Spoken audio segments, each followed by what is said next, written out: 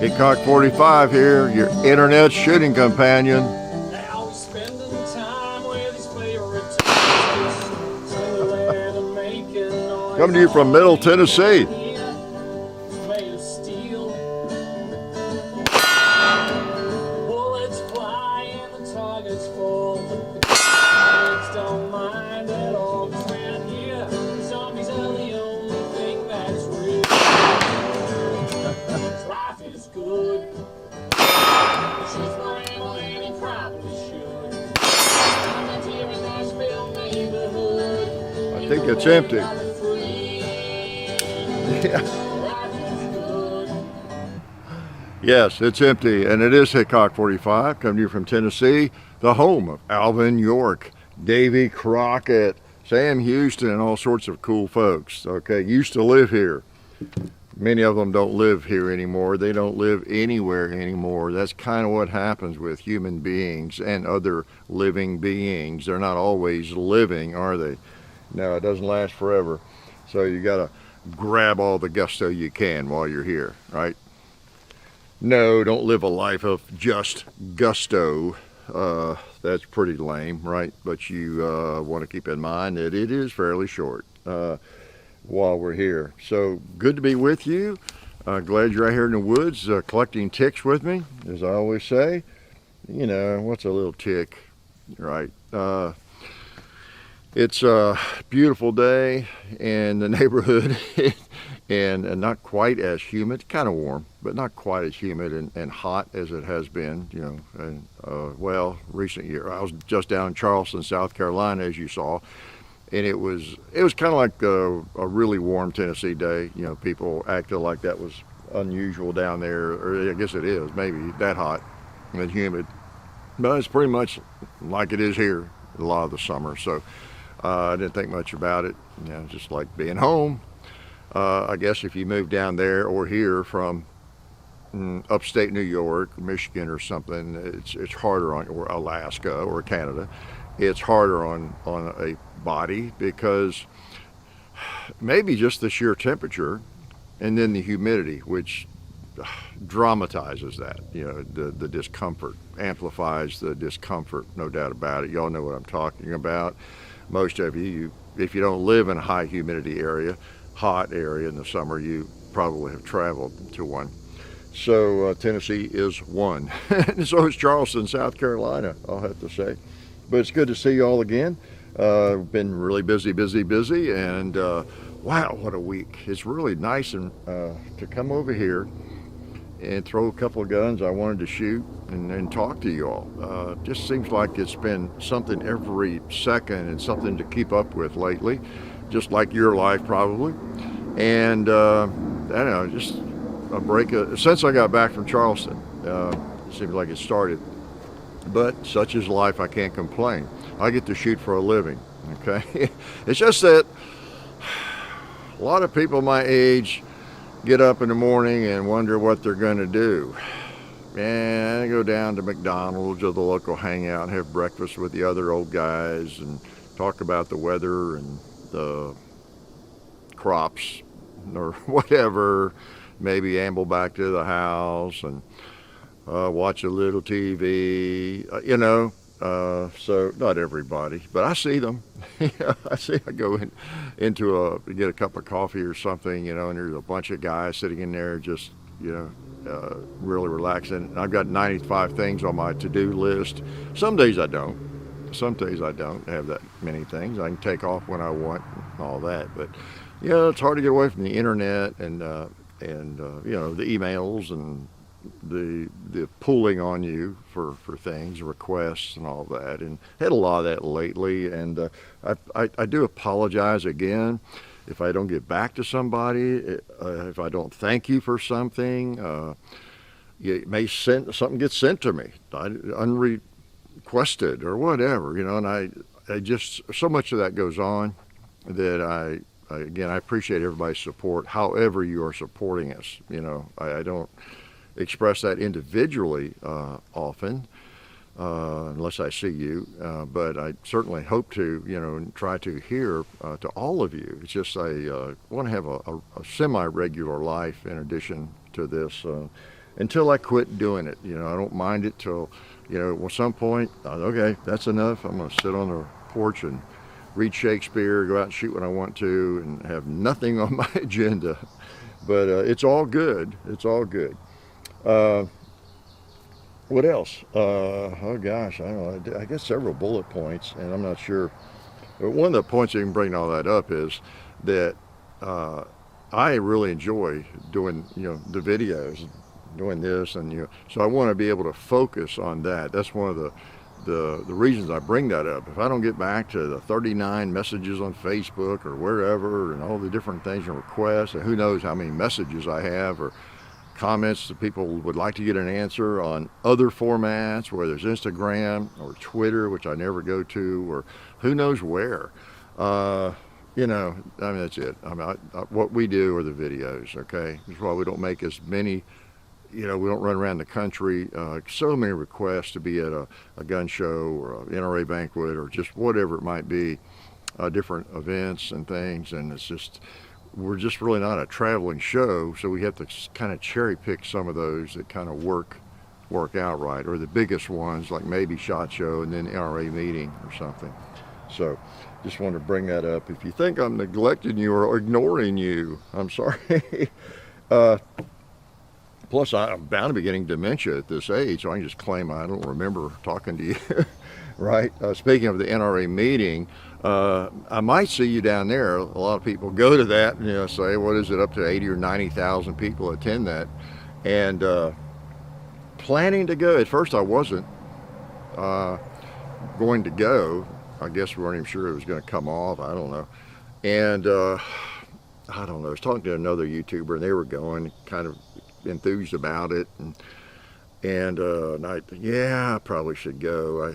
I had canceled reservations and different things, and then I so maybe I'll just go. It looks like things are opening up, and so I did. I went through the laborious task of trying to get reservations there, close enough to walk into the convention center in Houston, and I've got reservations, but I have reservations about those reservations, so it kind of depends on the dreaded disease that's killing all your neighbors, right? They're dropping like flies, right? That's going around.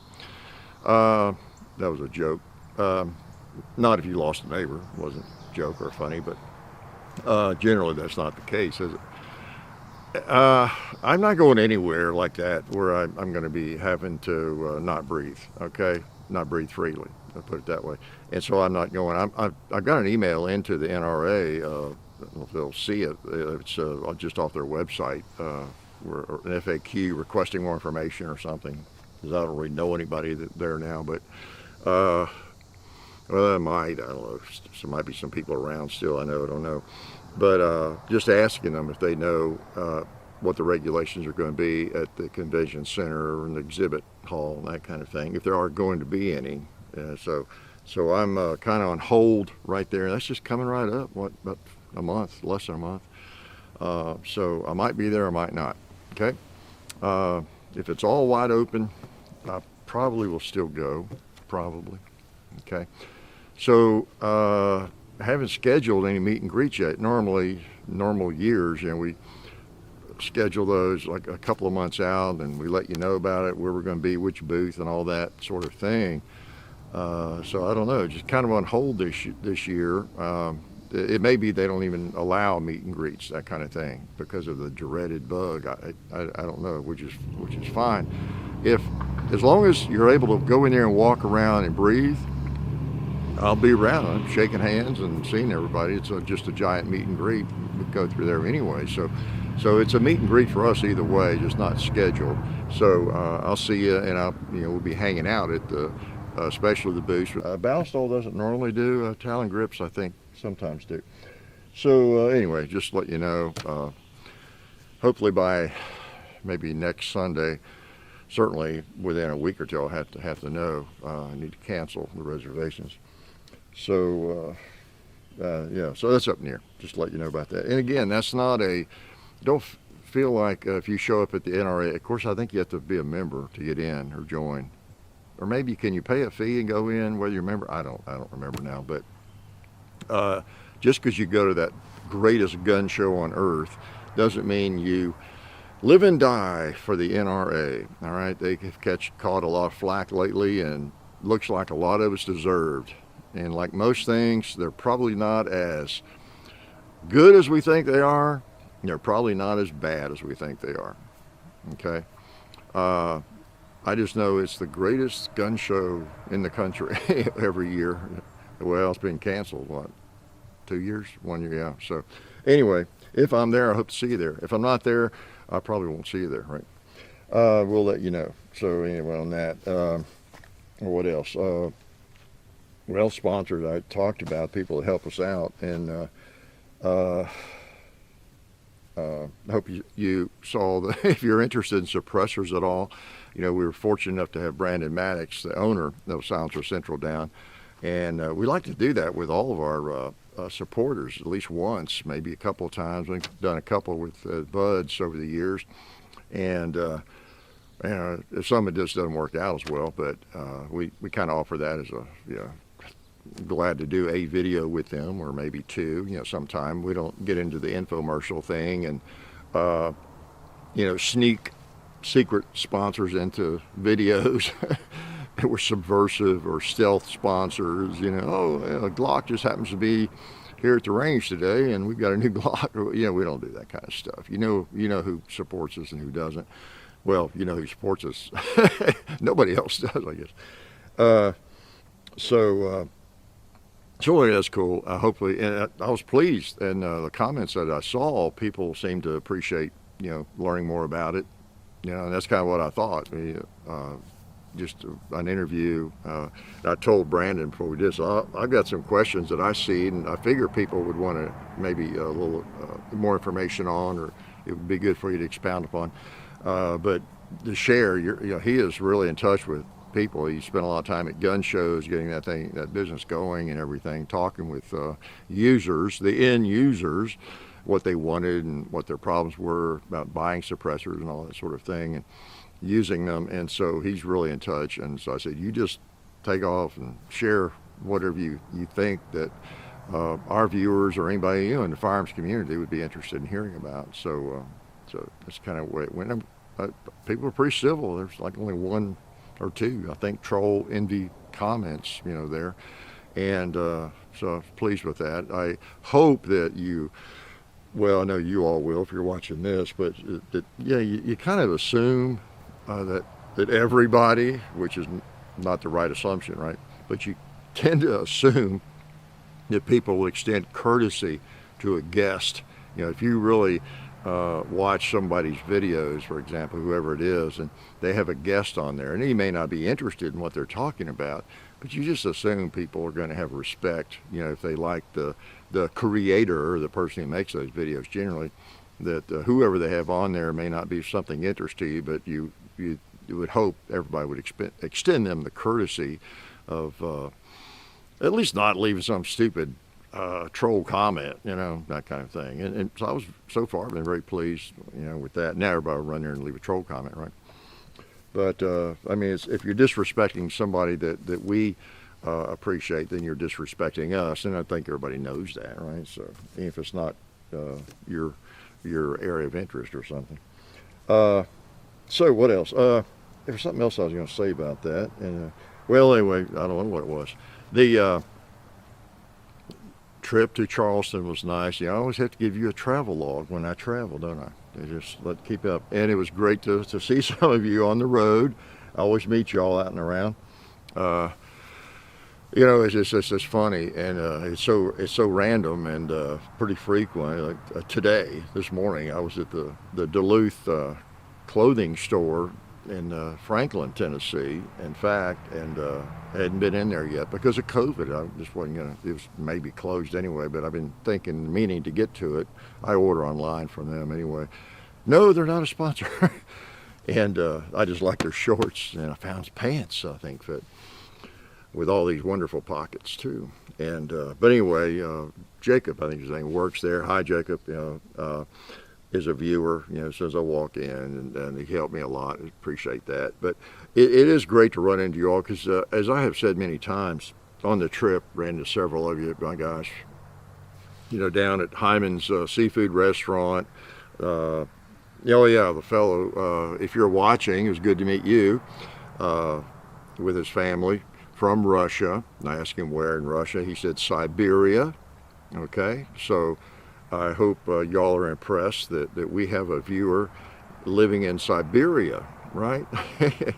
And not to make fun of your hometown, it's just that a lot of us in America have watched too much TV. We have this vision of Siberia. It goes back to, I don't know, Dr. Zhivago or something. But yeah, it was good to meet you, and then somebody from upstairs in the restaurant, and then just all around, Charleston, met several folks that we ate at Poe's Tavern over on Sullivan's Island, in Sullivan's Island. Well, is that in Sullivan's Island? Is that in Mount Pleasant? I don't know, over there close to Fort Moultrie. And ran into one of you with your two daughters, and it was good to meet you. Good to meet everybody that we met on the trip. And I usually sneak into places, and well, I don't sneak, I can't sneak, but I don't necessarily post a lot of things where I am until I'm back home, generally. And just a great trip, though. I love Charleston. Man, beautiful city, clean. Like I said, I posted some stuff on Instagram and Facebook, both, I think. And I'm bad about not doing that, but I did take quite a few pictures, and so I just snapshots with my camera, my phone. But I posted some of that. So we had a great time. We went to Fort Moultrie, and so much history. Gosh, Revolutionary War, right through the Civil War, World War II at Fort Moultrie over there. I highly recommend, if you ever get a chance to go down there, be sure you don't just visit Fort Sumter. Get over to Fort Moultrie area and go through Fort Moultrie. Just, man, a hotbed for history. Very, very, very interesting. And so, just so much to see down there, so much history, and, some of it negative and a lot of it positive, just depends. But it's a beautiful old town, no doubt about it. Great restaurants. Man, we went through the market area, square, and met a couple of you in there. And you know who you are, right? Do I know who I am? Sometimes I do. But anyway, it was a good trip. I don't know if there's anything else, about the trip, but it was pretty cool, and had a big time.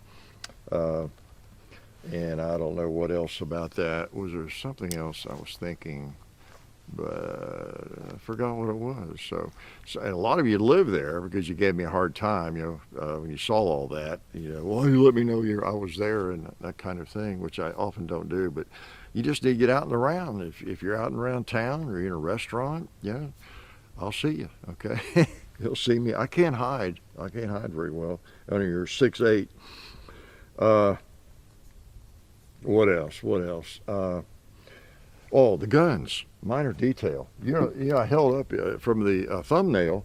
From the thumbnail, you saw a little pistol. And look at this one. It's broken. It won't eject. I don't know what I got this one out because we did a video yesterday with it, and it was still a little dirty. And I thought, same old deal. I haven't shot that enough. Before I clean it, you know what it is, right? Many of you know from that. Okay, that means these are rimless cartridges, and you need to pick them out with your fingernails or just poke them out with something. Okay, I usually poke them out. Simple. They tend not to stick.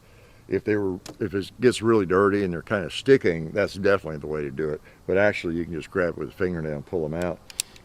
Or you can use a clip, a full moon clip or a half moon clip, like I did in the video mostly. And you've seen, we've done a couple of videos. This is the Colt 1917 from World War I and World War II and who knows where else. But 45 ACP. And you might have seen them on the table. If you follow us on Instagram, it's the Real Hickok 45. Okay, the Real Hickok 45. Somebody had the Hickok 45 on there. The Real Hickok 45. And I posted a picture yesterday before we did that video. We had guns laid out. Here comes Slam Fire. He just randomly on occasion will do that. He does it most often when we're not ready to do a video. I could be out there messing around the shooting table, cleaning the guns or something, and here he comes. He wants to get up there and see what I'm doing, lie down.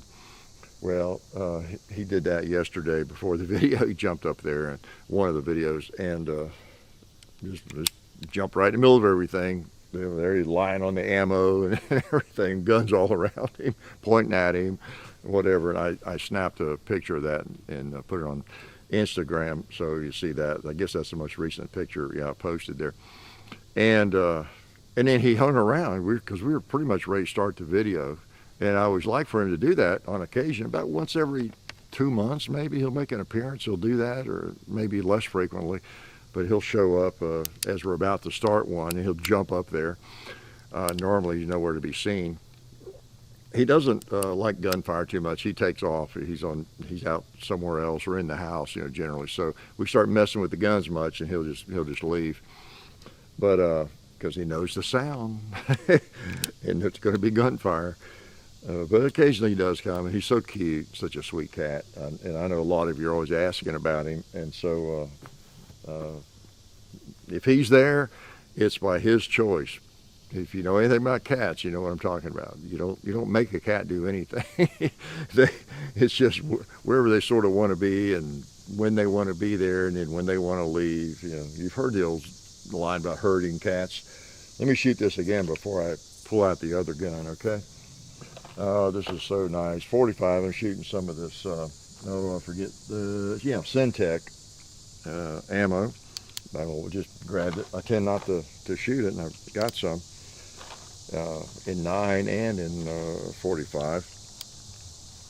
So, and again, I'm putting them in. On this particular Colt, it has a shoulder in the chamber, and so it head spaces it into the case, and so you can just shoot it like this. The only issue is you can't eject the cases all at once, okay? And it doesn't really matter. Plinking like this, I'm not expecting to be attacked. Of course, that's when it happens, when you're not expecting it. Let me see if I can pull it on the gong.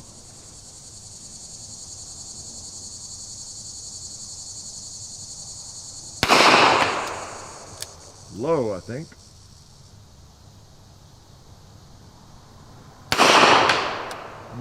Not sure. That one felt good. That one felt better. All right. How about this big old 2-liter here? No, I'm going to save it. I'm going to hit the red plate. And that bowling pin. And that plate?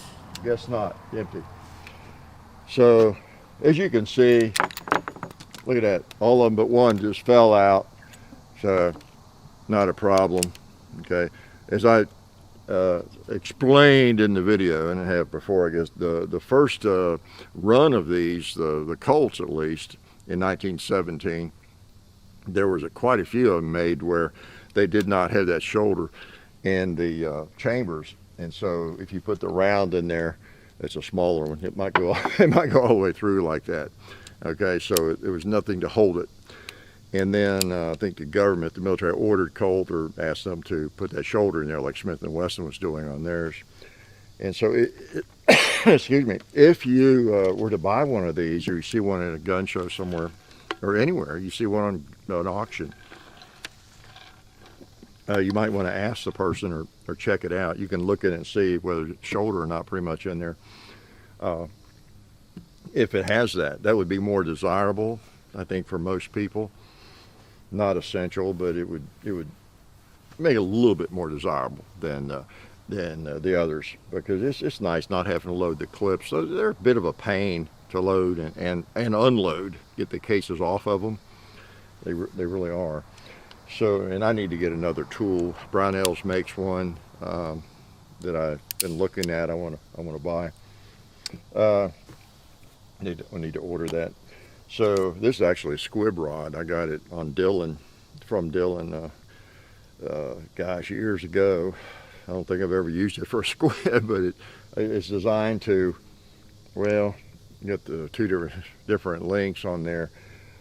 I guess,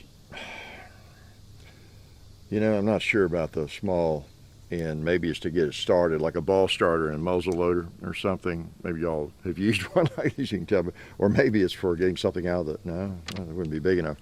But if you had a squib loader, a bullet stuck in the barrel, if you don't know what that is, we have a video on that, pretty good one, I think.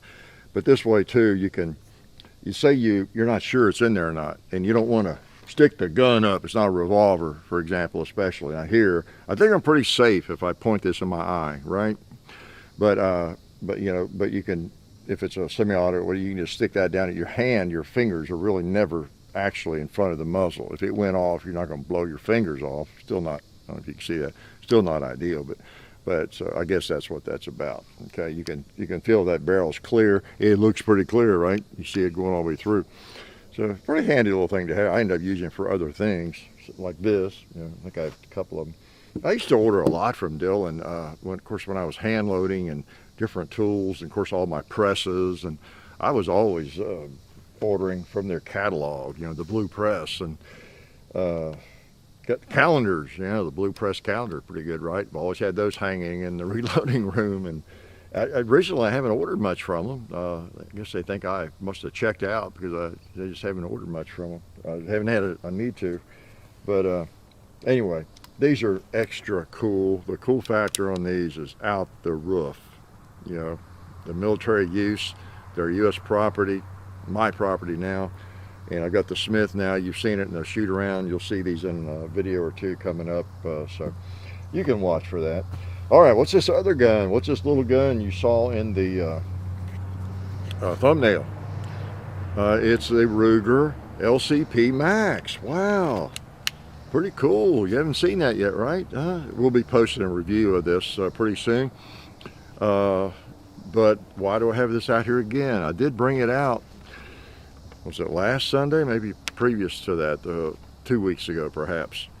Well, I have it again for one reason. I don't have it again, okay? Because this is a different one.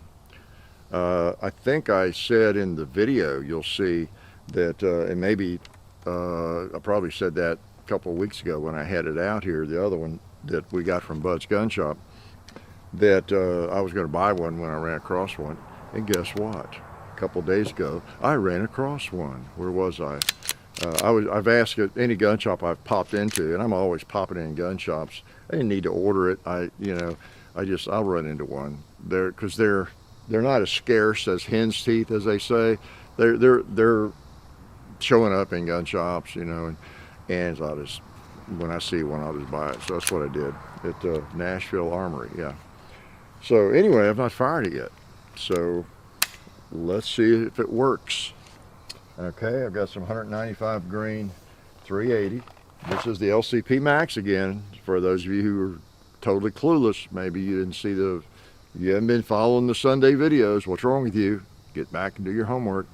And also check out the other 2,000 videos.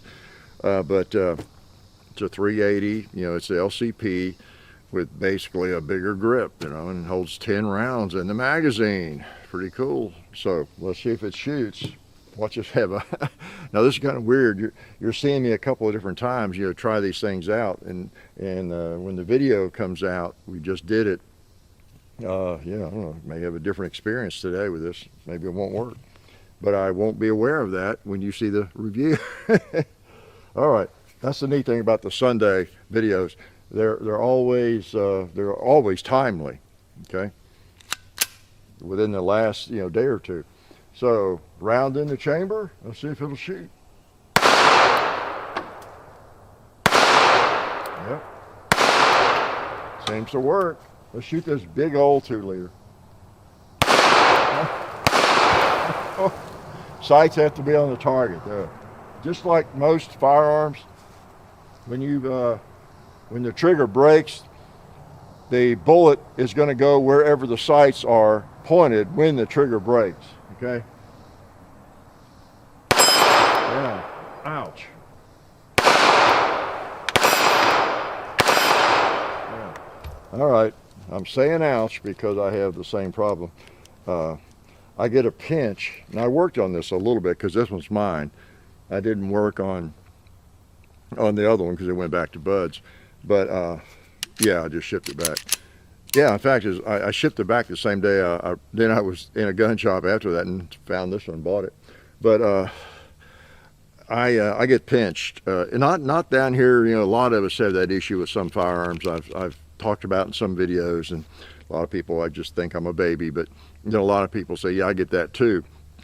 Down here between the trigger and the trigger guard, on the lower part of the trigger, you get a pinch or something weird there on your finger. It hurts sometimes.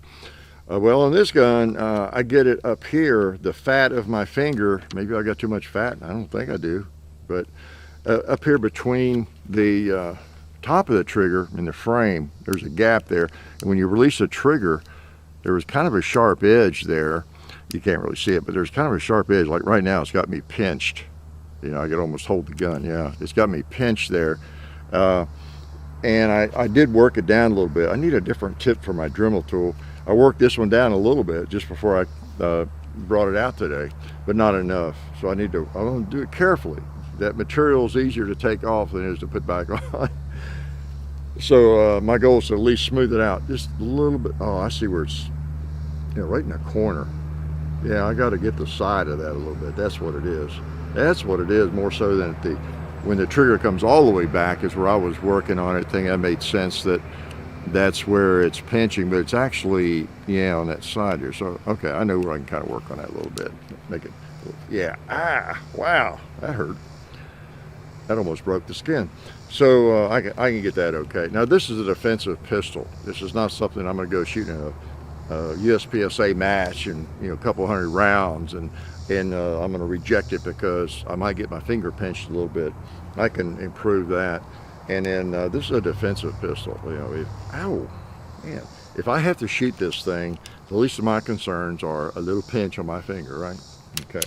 I just need to know where it goes and how to hit with it. And I've already determined that the sights have to be on the target. It's one of those guns.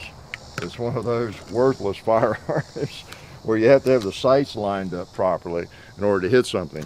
So I don't know if you have any like that. I've discovered a lot of mine are a little bit like that. I don't know what it is. The gun companies these days, they just are cranking them out too fast. And we need some smarter guns, don't we? Where the gun just sort of knows where you want the round to go. Wouldn't that be an improvement, right? Oops, now I'm throwing it around. Oh. Better not break the mag. There aren't, I don't know if anybody's got extra mags yet.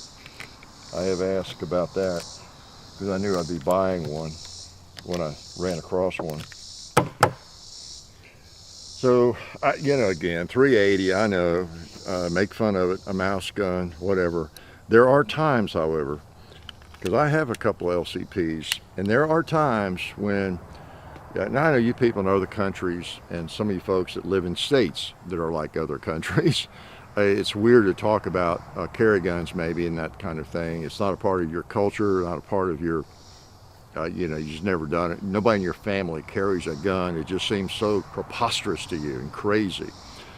Well, it's like carrying a wallet. It's not an issue at all. If you are safe with guns, you're experienced with firearms, you get past that. They're not a rattlesnake, you know, level and everything. As long as you're safe, it's fine. In fact, you are safer, right?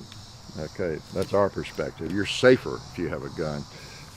Not that you're ever going to need it. It's like a fire extinguisher. It's like having insurance on your car. It's like having a seat belt. It's like having a spare tire. Okay, once you are safe with it and you know how to carry it, you got a good holster and, you know, all that. All right, it's not that we're paranoid, even though everybody is out to get me. Okay, let's shoot this thing again. Well, so far it's at least working. Well, maybe I'll try one at the gong.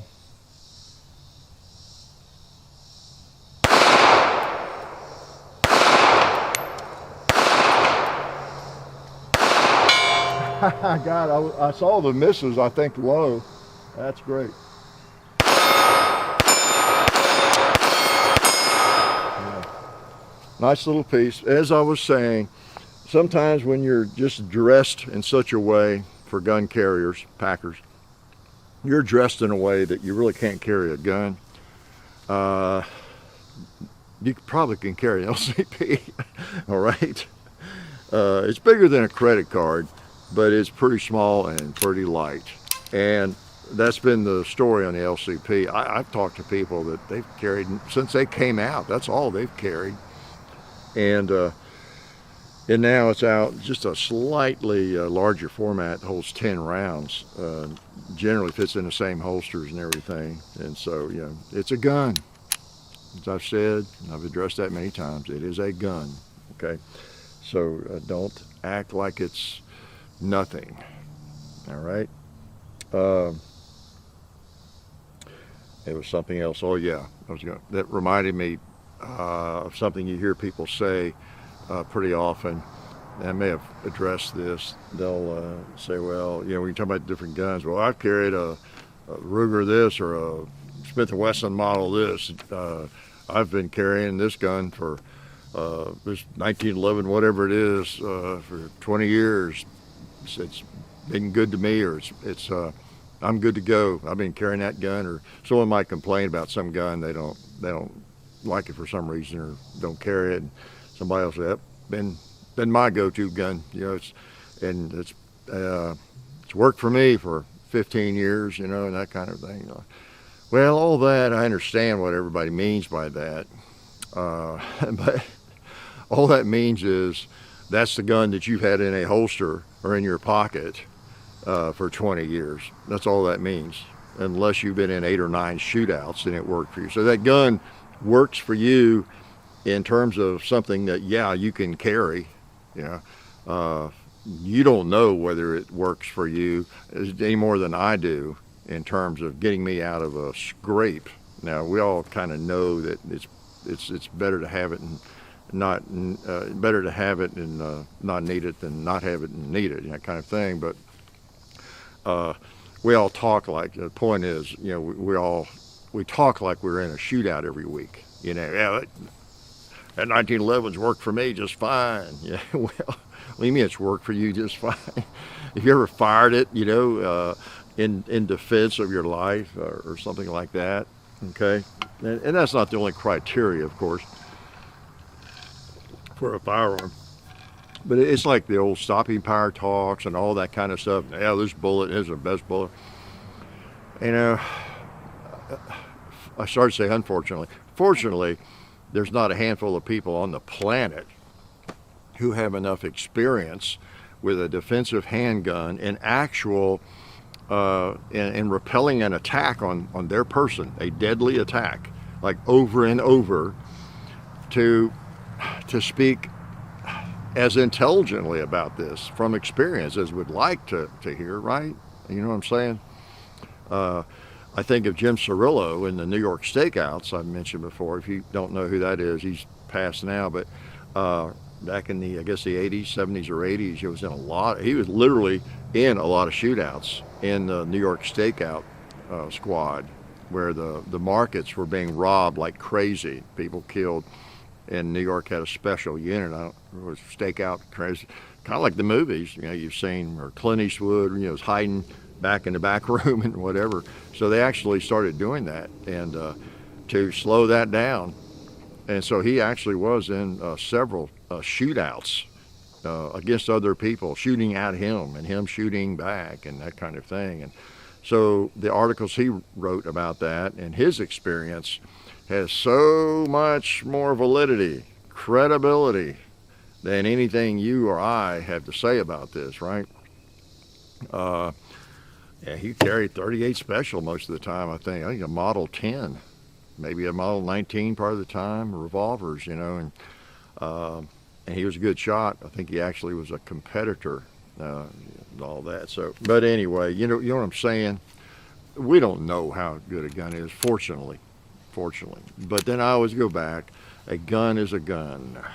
And I don't know about you, but can't think of anybody that needs to take me out badly enough that they're willing to be shot with a 22 short in order to get at me, you know, that a 22 short or a 22 long rifle or even a BB doesn't deter them, you know. I haven't made anybody that mad, okay? So anyway, 380 is point of all that. It's you know, it gets some bad press, of course, and a lot of people will recommend you don't go beneath a 9mm for self-defense firearm. It's just that a 380, a 32, a 25 caliber, a 22 long rifle is better than nothing. Okay, so looks like it works. I might shoot again, or I might not today. I'm going to get some more grinding on that. I've got to find I've got some other attachments, I think, where I can get in there and work on that a little bit. And I don't see any damage or any risk of messing that up, really. I'm just going to maybe bevel and just smooth it out a little bit so I don't get pinched so badly. So that way I'll enjoy shooting it more, even though it's not that big a deal. As far as real world use, okay.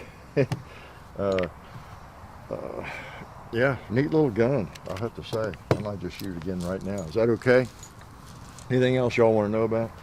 Seemed like there was something I wanted to share with you all. Oh yeah, I did post a video by mistake. A couple of you asked me about that, but I had forgotten. We posted it was a range 2 on John's M16A1. Okay, we also have done a M16A2 range 2, and I kind of got confused or whatever, and posted that thing again. But then I took it down. John noticed it, and I took it down, of course. And that could happen sometime. You know, nothing highly interestingly subversive going on, of course, if you ever do see a video. Well, unless it's taken down by the big tech or something. But if we ever take something down, it's, you know, it's for some legitimate reason. Obviously, it's something like that. It could be something that we didn't preview enough that I don't know what it would be. Something that just wouldn't want up there. I mean, something I said and I just didn't preview it or something. That's never happened, but it could. And I'll happily talk about it, you know, on Sunday video or something, or whatever. But you know, we've gotten really cavalier about this. I have to say, it's like these videos, talk for an hour and then sort of preview it, but not really. Maybe post it. You know, I just have a kind of a third eye, I think, that's been pretty good. It might fail me sometime, where I say something that's extremely offensive that I didn't mean, you know, or I don't know what it'd be, something like that. Like I've said before, I'm not, you know, I'm 99.9% sure, I'm 100% sure. I don't have a lot of stuff floating around my head that is going to ease its way out. You know, if I have too many beers or something, or if I'm in the hospital and under sedation or something, there's not going to be like a bunch of racist comments come out of me, you know, like happened to Mel Gibson or anything like that. You know, I don't have any of that in my head that I'm aware of, you know. And so I don't think I'm going to say anything too badly, accidentally or inadvertently. Just might say something I'm not thinking. All right, let me shoot this again. Pinch my finger a little more. All right, I don't have a holster for it, but I'm gonna pretend that I need this thing because something has gone down. So I'm gonna walk out here and take some shots. All right, pull it out of my pocket and, oh, there it is. Yeah.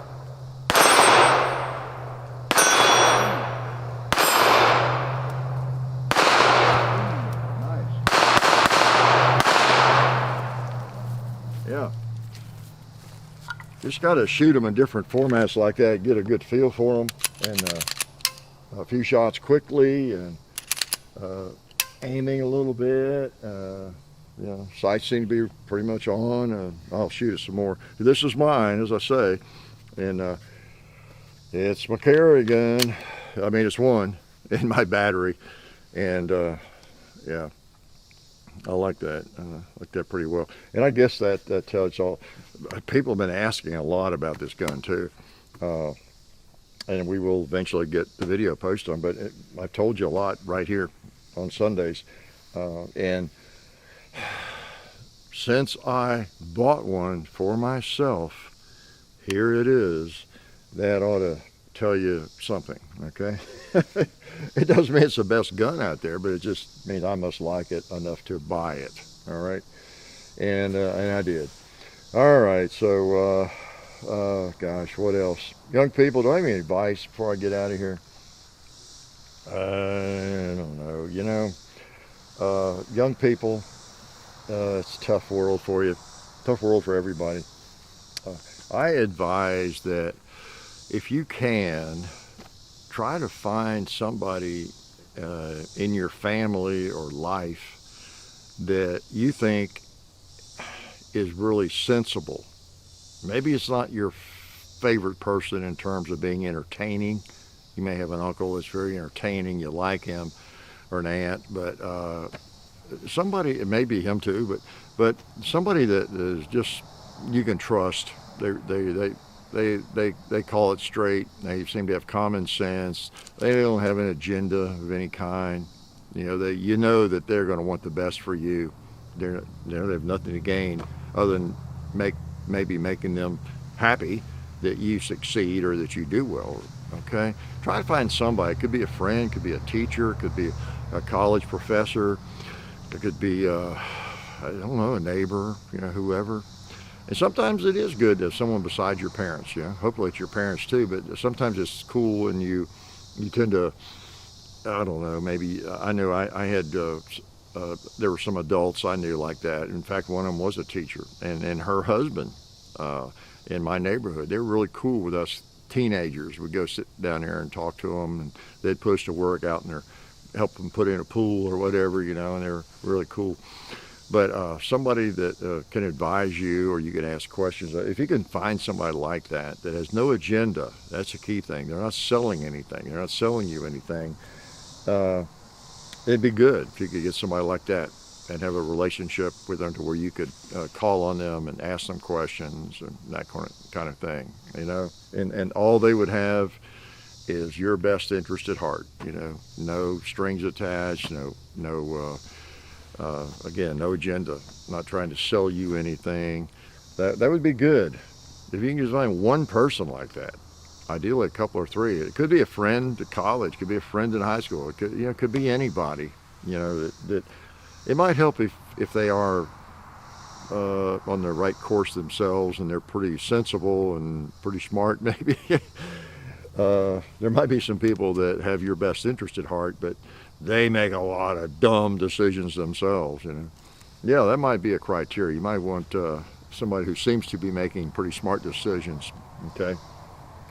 And then the other thing is keep in mind, whatever job you're in, whatever you're doing, even in school, if you're whatever age you are, it's easy as you go through time doing the same thing. Maybe it's your school, maybe it's your high school, maybe it's your middle school, maybe it's your college, maybe it's a job you're doing, to get a little bit in a rut, and then maybe begin to get overly critical about that job or whatever it is, or school, or your friends, or your fellow employees, or your bosses, or whatever. It's kind of human nature to start to see the warts more and get more critical and maybe become less, satisfied with what you're doing or where you are.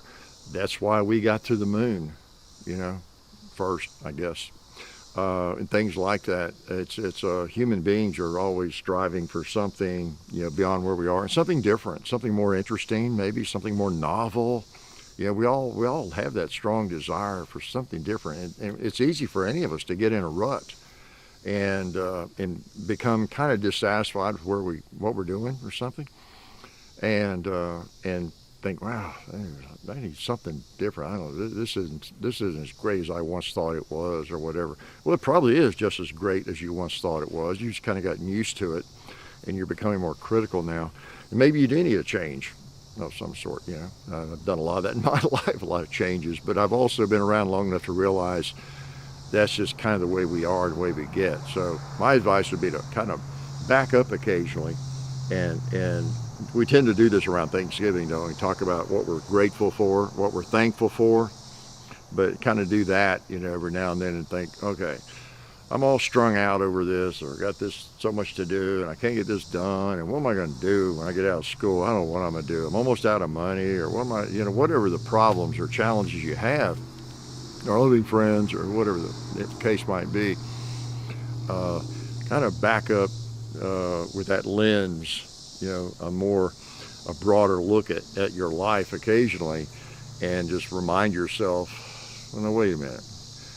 Actually, there's a lot of people that would give their little finger to have my life, or to do what I'm doing, or to be in this school I'm in, even though it's tough, or they're in this college, or have this job, or just to realize where I am in my life. I just got out of college, maybe, or I didn't go to college. A lot of people don't go to college, and they probably shouldn't. So that could be a waste of time for a lot of people, right? You could be starting a valid career out there that doesn't require college. A lot of those, but you might feel like because you're on the low rung of the ladder, you're just getting started. Yeah, what a life! How horrible my life is. Everybody has a better job than I had. So hopefully you see the glass half full, and you also realize where you are at any given time. As I say often, if you really want to start feeling sorry for yourself, and that's an attitude, that's a decision we make, go walk through a hospital. Yeah, it may be hard to do, but go walk through a hospital. Go walk through a nursing home. Go walk through a children's hospital. You probably can't do that without some credentials, but I used to travel around a lot of those places when I was in medical publishing. Just walk through a children's hospital. You get on the elevator, and there's a lady and her husband with their 2-year-old or whatever in their arms, and the 2-year-old has no hair because they've been going through chemotherapy, and maybe they're literally dying. We all think we have problems, but there's a lot of people that have bigger problems that we have a tendency to, and that's on the bright side. That's what makes us reach out and go for more and achieve more, and get into things that are more exciting, because we are not easily satisfied. So that's the other side of that, and that's a good thing. I'm kind of that way. I always looking for a better way or a different way to do things. It's how I got into the computers before my peers, and it served me well in my employment activities, for a couple of decades or more. Just being willing to go for the new stuff and not be afraid of it. But anyway, be thankful for where you are, what you got, or else you're not really alive. You're living in the future, or you're very sad and depressed, and maybe you shouldn't be. There are people around with no arms, no legs, right? Dying of cancer, dying of lots of things. So keep that in mind, young people and old people, and I'll try to keep it in mind. Okay. Man, it's something we all have to keep in mind. I was reminded, as I think it's been, a week or two ago, and I didn't really know him. It was Mike Enzi, the senator from Wyoming, that was killed. He died from a bicycle accident. He was 77 years old, and I saw that on the news. And I think I remember him, but I didn't know him well. But I didn't even know what party he was in. I couldn't remember that. It didn't matter. But the fact that I recognized his face. I'd seen him in hearings or whatever, in Congress, Senate hearings or something. But I thought, when I saw that, 77 years old, and he died from a bicycle accident. I've talked about that. That's kind of I don't want to have a bicycle accident again. I don't want to go anytime, but there's something to be said for that. He was out doing something, and riding a bike, out on a bicycle at 77, and dying of a bicycle accident. That's that you could go worse ways. That's what I'm trying to say, right? Just lying in a hospital, eating up with cancer, at age 50 or age 80 or 77 or whatever, and just keep doing things. And that's so hard on his family, because it was fairly sudden, of course. But I admire him for being out and doing stuff, and when you're out doing stuff, things happen. I've said it many times. If I get hit by ricochet and taken out, Don't say, see, I told you shouldn't be shooting so much. It's my choice. And, you know, if I decide to climb one of these trees, I'm looking at some big trees up there, and I fall out of it, that's on me. You know, I chose to take that risk. So whatever risk I take, that's on me. And so anyway, I thought that was not cool because he's gone, but that somebody in that age range dies in a bicycle accident. He's out riding a bike. It's cool. Cool that he's out riding a bike. Not cool that he had an accident. Okay, it is dangerous. I used to ride more on the road, some on the road, even those county roads. Not a lot of traffic, but man, it doesn't take a lot of traffic. Sometimes out in these county roads, you know, where people are not as accustomed to seeing or watching for bicycles, can be more dangerous maybe than even in the city where there's always a bicycle rider, you know, somewhere, and you've got bicycle lanes maybe. And so I don't know which is more dangerous, but I just do my riding around here. Got my own road, my own trails, and in fact, my road bike, probably is not even rideable. It's been so long since I've been on it. And it's a nice one. A guy up in Ohio made it for me, but I am gonna get it back out, I think, and maybe take it to some of the greenways or something, you know, like the old people do. But it's mainly to keep off the highway, off the roads. I don't want to die in some, well, here I go now. It sounds like I'm calling the senator stupid. I don't want to die in some I don't want to go that way, you know, and so I stay off the roads. I enjoy doing this. I enjoy my life too much, so I don't want to.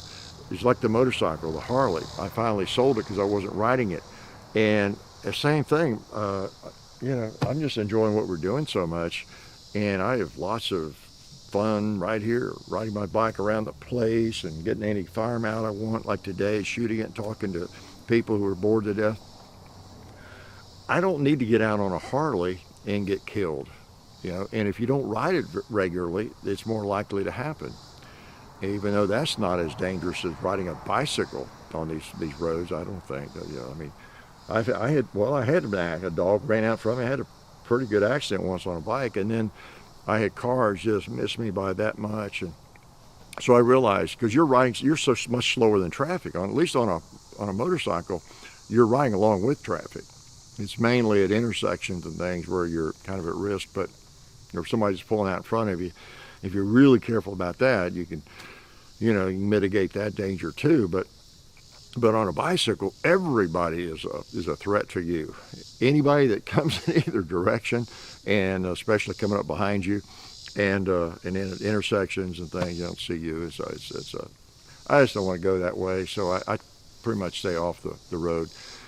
If you're with a big group of people, it's a little different. But anyway, how did I get off on all that? I've kept y'all too long, and can I shoot this one more time before I let you go? This big bore, because I've got to clean it, and the other one, the Smith & Wesson. I got it out one day, and I think it was a Sunday, didn't I? It's been a while. Finally got around to doing a video with it, believe it or not. So we'll post that before too long.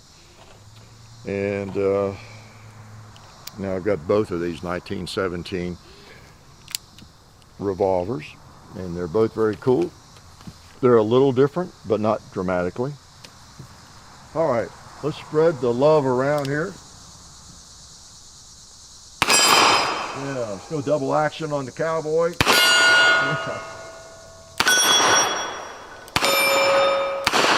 Oh, I missed something. Can't miss on the last round. Let's hit that bowling pin right there. Yeah. Yep, I thought that was the last round. That would be a good place to work on your trigger control, by the way, when you got empty cases in there. If you want to, they're kind of like snap caps. All right, so see if they'll dump out still. It's not too bad. Okay, not a big problem. 45 ACP is not a high pressure round, and if your chambers are all smooth, like these apparently are, it's not a deal. You can polish your chambers. In cowboy action shooting, especially, people would do that. They would get a Dremel and some flits or whatever, and I did that too. My shotgun chambers especially, polish them so the rounds fall out easier and come out easier. man, I just am liable to talk about anything, right? So it's good to see you all again, and I hope you didn't pick up ticks. There's nobody sucking your blood right now, okay, or mine. And we appreciate your support. Man, I hope a lot of you are getting out now. I think a lot of you are. I see a lot of people commenting on how like views and all that is down on YouTube, and that's natural in the summer, and it's because people have been pinned up so long. So get out there and enjoy the weather and travel as you can. I know you're all on the road because it's tough to drive the interstates. Wow, there's a backup almost around every curve. So many people on the road traveling, and so anyway, it's good to meet you all. I met a lot of you in the last week. Traveling out away from the compound, and as I always say, be sure you say hi. And but it's funny though, I still get emailed every time I get back, from a trip. A couple of people at least are on Facebook. So, was that you? Or I saw you. I didn't want to bother you. Like I say, say hi, and I'm always glad to meet you, whether you're from Siberia, or Charleston, or Nashville, or anywhere, right? Even if you're from San Francisco or New York, right? And you're down here somewhere, or you're escaping the oppression. So have a good week. Hope you can get some shooting in. The ammo situation seems to be a little better. It's not a lot cheaper, but I've been in quite a few gun shops lately, and there's more of it on the shelf, and the owners are telling me that they're getting a little more of it in, and it's lightening up a little bit, and loosening up a little bit. That's what I'm trying to say. So that's good news. It still goes off the shelf quickly. I had another gun shop tell me in 2020 and 2019 they sold more ammo than they had previous to that. So it's there on the shelf. It just doesn't stay long. Again, just because you go in and the shelves are almost bare doesn't mean they're not getting it in. Okay, so got to get there the right time, the right day, because it's coming in. It's just not staying there. I even had someone in a car lot tell me that. Was kind of encouraging. I was having my car service. Thought I was gone, didn't you? Yesterday? Yeah, man, I've done so much stuff every day I've lost track. But yeah, I had my car serviced, and there's no cars on the lots. The new cars and certain brands and that kind of thing. Some there are, I guess, but my Yukon is what I've been driving, my last two cars, and there's never any new ones around there. And they said they're getting them in, not as many, but they're already sold before they get there. So it's kind of that way with ammo, right? Now I think with cars they're not getting as many in, period, whether they're selling them ahead of time or not. But that's the thing. If I want a new Yukon, I'm going to have to go, okay, here's what I want, and I'm not going to have much negotiation, right, power, as I have in past years, where I can go to 3 or 4 different dealerships and say, okay, what's your lowest price on that? And I'd go to another one, what's your best price, with those people. Can't do that now. You just have to go, pretty much, it's harder. They're not on the lot. So you just have to go order one, and that's what people are doing. And so when they come in, they're not even showing up on the lot. Of course, I guess they just call whoever ordered it and they go pick it up. So it's kind of an appearances versus reality thing, like with the ammo, to some extent. Looks like no cars are being made. Looks like no ammo is being made. It's just that fewer cars are being made, of course, and they're not sitting around. And ammo is probably actually as much or more being made, and it's just not sitting around either. Okay, but it is getting better, and I'll quit pontificating on every little thing that comes to my mind, and I'll let you go. Okay, appreciate your support, and hope you're having a pretty good summer. You're behaving yourself for the most part, and I'll see you next Sunday. Okay, I plan to be here next Sunday, and I expect you to be here. All right, make sure, again, I don't ever warn you all on all this kind of thing, but I know that, I mean, people are constantly leaving comments about how they got unsubscribed, you know, and they've been watching video. So I guess you got to go back and resubscribe and click bells and all that kind of thing to get notified. So just a reminder, because I never remind you of that. Okay, I forget it myself, because I subscribe to some shooting channels and other channels, and then I noticed just today, I wonder why I'm not seeing anything from so-and-so. It's the same thing, you know, same thing, I guess. And so I'm bad about it myself. Talk to you later, because I'm going to shut up right now. Oh, yeah, see my hat? I got that in in Charleston. I just remember it's got the motto on it, doesn't it? This is the company. You know, can you believe you can trademark a phrase, a sentence? Yeah, that's crazy, you know. So we technically could not make a hat like this, you know, or a t-shirt. Yeah. In fact, one of the companies, back when we were making t-shirts, we had that on one of them, and they were, the people that made were contacted by this company, you know, kind of a decease and desist sort of deals, and you know, a big deal. We weren't going to get in a big legal battle, you know. We didn't care.